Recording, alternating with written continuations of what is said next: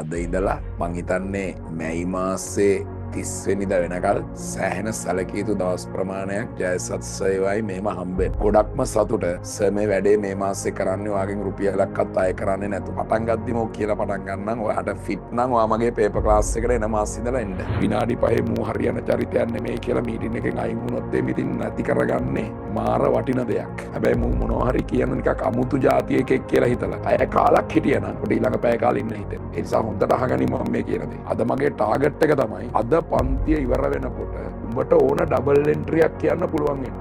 පොඩි උන් ඉන්නේ. මේ පරෝල් කරපු උන් ආවොත් මගේ අලුත් පන්තියට මං අද මේ බලත් එක්ක හදන වීඩියෝ එක තමයි උන්ට දෙන්නේ බලන්න. අද රෑ වෙනකොට ඕන ඩබල් එන්ට්‍රියක් හදන්න ඔයාටයි මටයි පුළුවන් වෙන්න ඕන ඉච්චරයි. වෙන මගුලක් නැහැ. කට්ටිය ෆිට් තමයි 200ට ආසන්න ප්‍රමාණයක් දැන් ඉන්නවා පළවෙනි දවසේ. මේක 1000 පයින්නවා තමයි. මම තියාගනි. මේකේ වීඩියෝ එක 1000කට බලනවා හෙට අනිත් ආදායම් ප්‍රකාශනයයි මූල්‍ය තත්ත්ව ප්‍රකාශනයයි හදනවා ගැළපිලි දාලා. මගේ ටාගට් එක තමයි හවුල් යාපන්. සමිති සංවිධාන පාඩම ඉවර කරන්න. මේක එක ශ්‍රුතියට අල්ලන පාඩම් ටිකක්.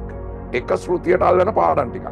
කට්ටිය කැමතිද? මේකේ ලකුණු 0යි. යා එල්පේපර් ලකුණු නැහැ. හවුල් යාපාර ලකුණු 10යි. මේක ලකුණු 5යි. මේක ලකුණු 20යි. ඒ කියන්නේ අපි ලකුණු 35ක් ස්කෝර් කරගෙන ඉවරයි. සර් කියන්නේ සමාන ලකුණක් දාලා ආයි සමාන ලකුණක් දාලා ආයි සමාන ලකුණක් දාලා ආයි සමාන ලකුණක් දාගන්නද? ඔව්. සමහරලාට පිස්සෙක් කියලා අයින් ඒ මීටින් එකේ.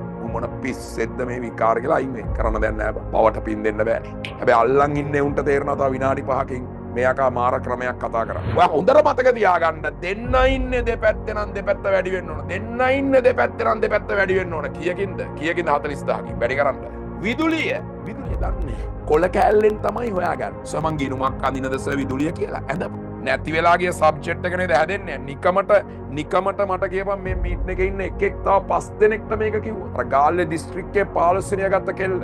අන්තිම මාස 3 ඔන්ලයින් එකේ සෙට් උනේ. ගාල්ල දිස්ත්‍රික්කයේ ධර්මාශෝක මං හිතන්නේ ගියේ අම්බලන්ගොඩ. අම්බලන්ගොඩ ධර්මාශෝක විද්‍යාලයෙන් තමයි මේ මම A levels කරේ. මගේ A level result එක 3යි. ඒ කියන්නේ පේපර් එක දැක්කහම මාර සතුටු හිතුණා. මොකද සර් කියලා දීපු දේවල් වලින් පිට ඇත්තටම පේපර් එක ඇවිල්ලා තිබුණේ නැහැ. මම කියන්නේ ජයසස්ගේ ක්ලාස් එකට එක දවසක් ඇවිල්ලා බැලුවොත් එක දවසක් ඇති. ඇවිල්ලා බැලුවොතින් තේරෙනවා ඔයගලන්ට මෙතන කියන්නේ වෙන වැඩපිළිවෙල.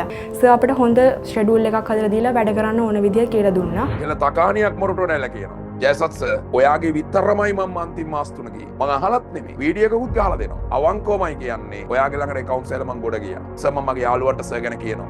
ජීවිතේට ඇස් දෙකට දැක්කේද? අම්බලන්ගොඩ ඉඳලා ආවා. උන් මාරයි බා. එන්න ඕනේද ළමයි? මෙසේජ් එකක් දාන්න පුළුවන්. කෝල් එකකින් කියන්න පුළුවන්.